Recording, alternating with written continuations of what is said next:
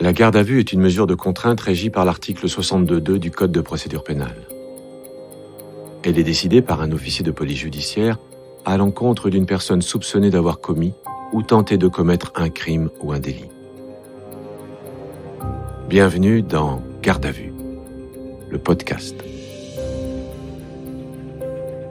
Le 24 juillet 2012, les pompiers, alertés par une voisine, découvrent Yvette Julien dans une mare de sang sur le carrelage de sa cuisine.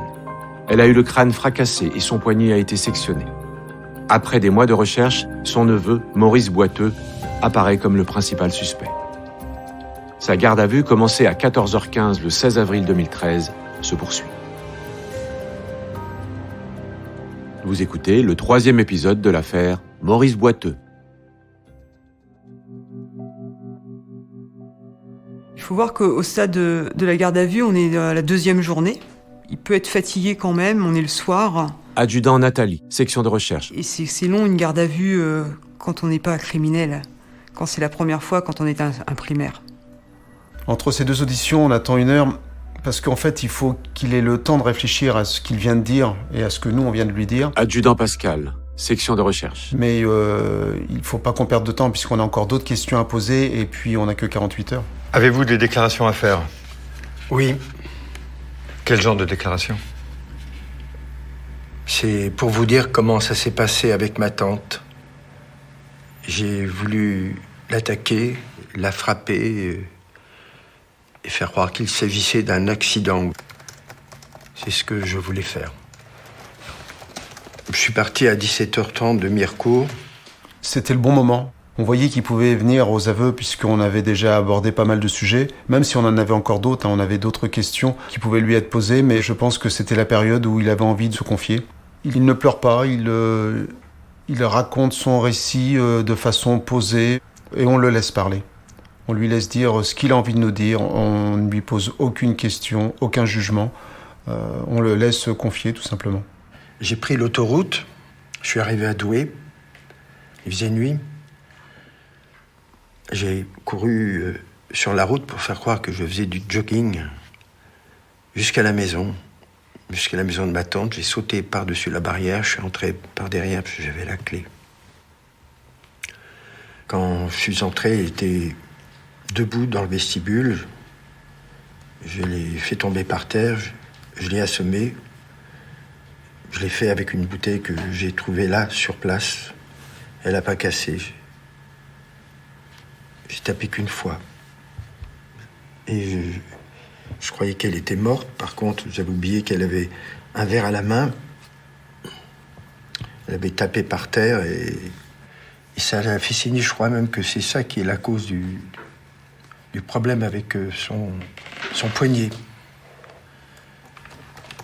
Je suis reparti par le volet de la salle à manger. Dans cette audition, en fait, il ne dit pas la vérité, ça on le sait pertinemment, parce qu'il nous annonce qu'il a donné qu'un seul coup à la tête, ça on sait que c'est faux, mais on ne lui pose pas de questions supplémentaires, on lui laisse dire ce qu'il a envie de dire, et puis on reviendra sur le détail ultérieurement. Avouer, c'est déjà faire un premier pas. Faire tout d'un seul coup, c'est toujours difficile. Il avait déjà avoué qu'il avait des difficultés financières, après il avoue qu'il a frappé sa tante. Adjudant Nathalie. Bien, plus tard, il avouera qu'il a frappé plusieurs fois sa tante. Est-ce qu'il y avait du sang partout ? Il y avait du sang. Bon, voilà. Vous vous êtes nettoyé où ? Dans la salle de bain, je me suis lavé les mains, j'ai pris un torchon et j'ai essuyé le lavabo et j'ai jeté le torchon dans une poubelle sur l'autoroute. Comment vous avez payé l'autoroute ? En liquide. À l'aller comme au retour ? Oui, autrement, vous auriez eu les traces de ma carte de crédit. Maurice Boiteux est quelqu'un de très organisé dans sa vie et il va l'être dans la préparation de son crime. Alexandre Boutier, avocat de Maurice Boiteux. Mais il manque quand même un élément déterminant, c'est-à-dire qu'il y a quand même quelque chose de tout à fait singulier, de surprenant dans ce dossier, c'est qu'il n'y va avec aucune arme. Vous avez autre chose à dire ? Non, je n'ai aucun détail qui me revienne pour l'instant. On va faire une pause, monsieur Boiteux. On arrête parce qu'il a dit ce qu'il avait à dire, ce qui était important. Adjudant Pascal. Et puis, il faut qu'il cogite avec ça un petit peu. Je veux dire, ça doit être compliqué pour lui d'avouer de tels actes. Vous pouvez signer le PV, s'il vous plaît ? Maurice Boiteux avoue parce que pour la première fois de sa vie, il est mis en face de la vérité. Myriam Baba, avocate d'Yvette Julien. Et de la réalité de sa vie. Lui, parce qu'il est intelligent, au travers de tout ce qui s'est dit, Alexandre Boutier. toutes les questions qui ont été posées pendant le garde à vue, il comprend qu'il est fini. Comme on dit dans le jargon, Maurice Boiteux a fait la bascule. 1 demi-heure pour avouer le plus gros, sa culpabilité. Les enquêteurs doivent maintenant faire le point avec le reste de l'équipe et laisser quelques heures à Maurice Boiteux, le temps que ses souvenirs remontent à la surface. Les gendarmes ont besoin de détails supplémentaires. Quand ils reprennent l'audition, 4 heures plus tard, ils espèrent que Maurice Boiteux va leur lâcher une preuve matérielle indiscutable qui leur fait défaut jusqu'ici. Alors reprenons, monsieur Boiteux. Vous êtes dans la maison, et qu'est-ce qui se passe? J'étais dans la cuisine, seul. Et puis ma tante s'est levée, alors je me suis caché dans la cave. Elle a bu quelque chose, elle a rééteint la lumière et elle s'est redirigée en direction de sa chambre. Je l'ai suivie, j'ai hésité, en me disant que je ne pouvais pas faire ça. J'ai pensé à Esther, à Dasha. Je me suis dit qu'il me fallait du courage, que c'était ma tante, mais que j'avais besoin d'argent pour les petites. Il s'est trouvé dans une situation qu'on appelle en psychologie de dissonance cognitive, c'est-à-dire qu'il aime sa tante et en même temps il a besoin de la tuer. Jean-Luc Brière, expert psychologue. Pour hériter d'elle. C'était les 2 vieux de la famille, les 2 vieux, la tante avait 90 ans et lui une 60aine d'années. Et pour sauver les jeunes, pour sauver la famille, eh bien il fallait que les 2 vieux se sacrifient. Et lui, s'il a sacrifié sa tante, lui aussi s'est sacrifié. C'est pas de gaieté de cœur, je dirais, qu'il va aller tuer sa tante comme ça. J'avais une bouteille que j'avais remontée de la cave. Je l'ai prise par les épaules. Je l'ai tapée sur le côté droit. Quand elle s'est écroulée en arrière, elle s'est retournée sur le ventre. Et là, je l'ai tapée plusieurs fois. Ah non, j'ai oublié de dire que la bouteille dont je me suis servi, je l'ai nettoyée dans le lavabo, je l'ai essuyée, je l'ai remise dans la cave. Si elle y est encore, il y a des taches de sang dessus, ça fait comme des taches de vin. Quand il nous parle de cette bouteille qu'il va récupérer à la cave, effectivement, là on a un élément probant, une preuve matérielle qui ne peut pas disparaître. Et là, en fait, c'est l'élément qu'on attendait. On savait qu'on n'avait plus qu'à aller faire une perquisition dans cette maison et récupérer l'arme du crime. Et l'arme du crime était présente toujours dans le casier, à l'endroit précis où nous l'avait désigné. Monsieur Boiteux, lorsque vous quittez la maison, est-ce que vous pensiez que Tata Yvette était encore vivante? Le sang ne coulait plus au niveau de sa tête. Alors moi, je ne me suis pas dit si elle allait mourir ou pas. Moi, je suis parti tout de suite. Les gendarmes ont pratiquement bouclé leur dossier. Maurice Boiteux va passer sa 2e nuit en geôle.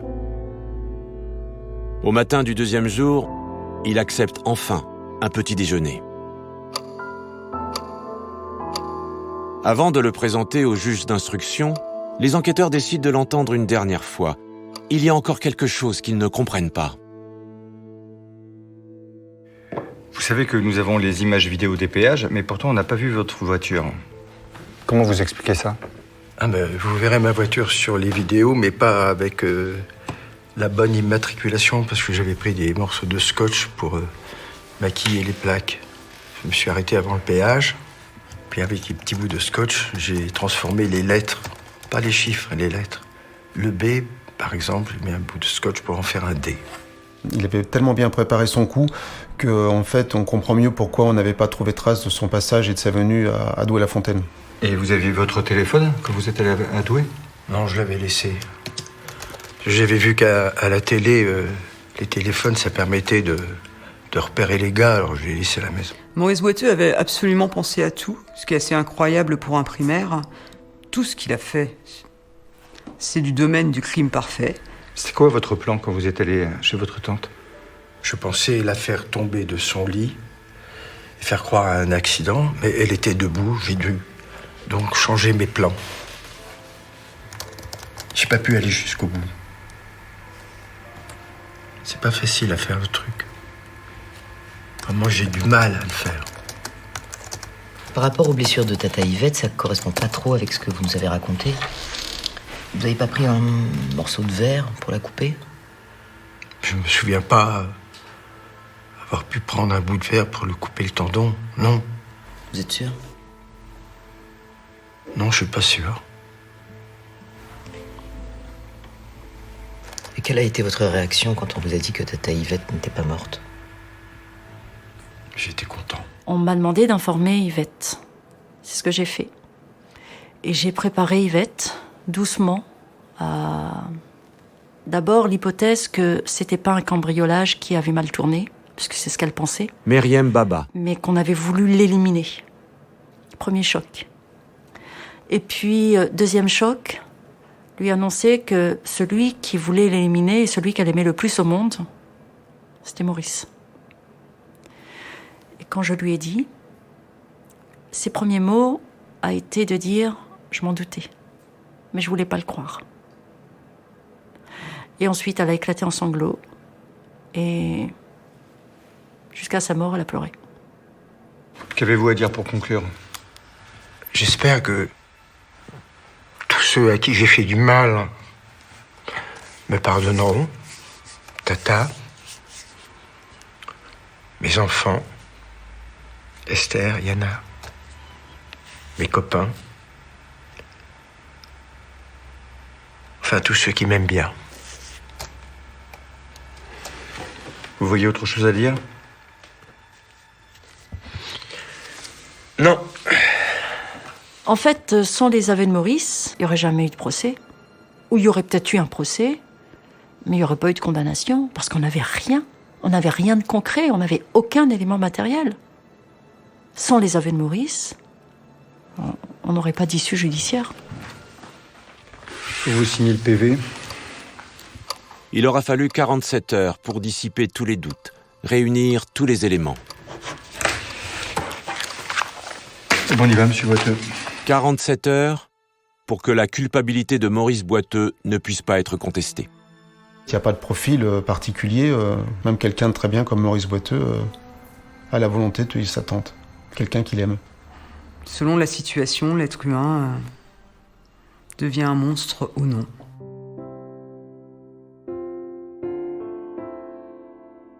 Trois ans après les faits, en janvier 2015, le procès de Maurice Boiteux s'est ouvert devant la cour d'assises d'Angers pour tentative d'assassinat. Yvette Julien a voulu assister à l'audience. Elle est même venue témoigner. Elle est arrivée au procès dans son fauteuil roulant avec sa petite couverture à carreaux.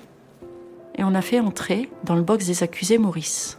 Silence de plomb dans la salle d'audience. Et à un moment donné, elle se tourne vers la droite et son regard croise celui de Maurice.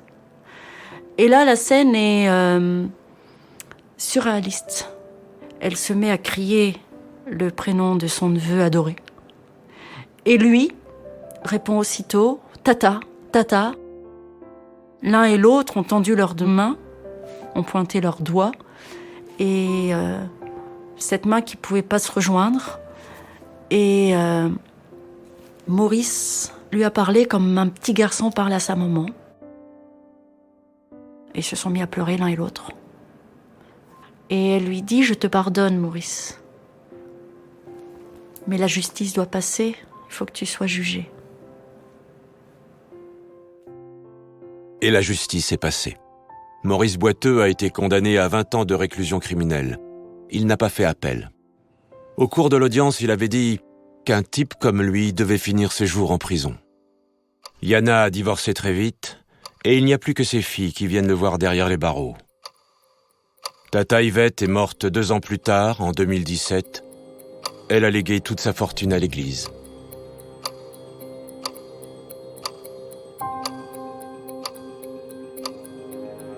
Vous venez d'écouter le dernier épisode de l'affaire Maurice Boiteux. Retrouvez-nous bientôt pour une nouvelle affaire. Et d'ici là, n'hésitez pas à vous abonner à ce podcast et à lui mettre plein d'étoiles.